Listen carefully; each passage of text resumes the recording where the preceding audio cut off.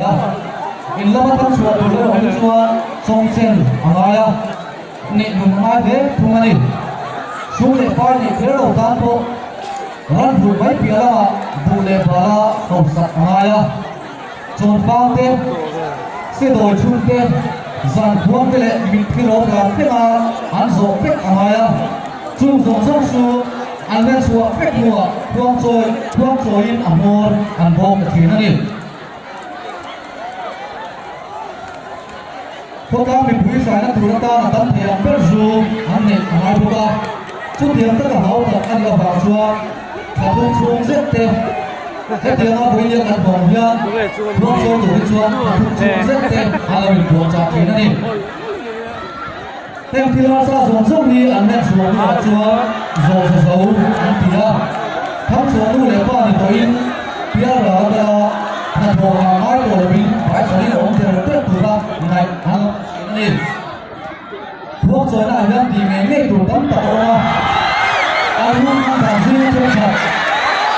ที่เขาบอกว่าเมื่อเราทำว่าอินเตอร์เน็ตอันใส่ได้ผลลัพธ์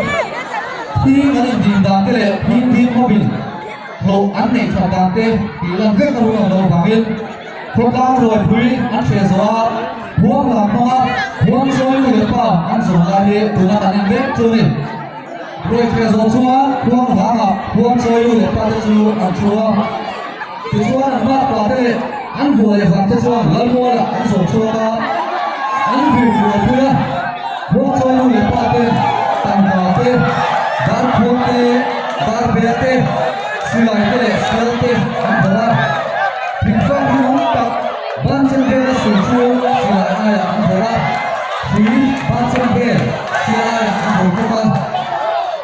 ซึ่งเป็นหลงทางที่เราหลงทางที่ชัวอันบัวสิลายอันบัวสิลายอันเป็นหลงทางนี้อันเป็นตัวนั้นตัวเดียวตัวเดียวตัวเดียวหลงทางที่เราหลงชั่วตัวถึงแล้วผมช่วยตัวชัวตัวนั้นตัวเราเองนิสัยอะไรตัวชัวเราเป็นคนไทยเราเพียงแต่ว่าคนต่างชาติเราอันเป็นคนต่างกันมาเสียมีอะไรที่มันเสียที่นั่นเป็นเรื่องที่ต้องทำเป็นตัวภาษาตัวเสียที่ละทุกสิ่งอะไรเราเพียงคนต่างชาติตัวเพื่อเราไปสำคัญเป็นตัวอันเป็นเป็นคน พวกช่วยเหลือป้าชัวมัวละชัวดาร์เบลเต้มัลลาชัวดาร์บวงเต้สิลายเต้เสียงเต้มุกคนที่น่ามีคุยกันชัวน้องฟังเต้เลยตั้งบ้านเต้ไปนั่งชัวนุ่งตุยาอันสิบรูระมัวชัวร์กันเบลเราเต้ไปมุดต้องติดตามกินอันเราเพียงตัดเงินนั่นเอง我跟你说，老板不，你说干什么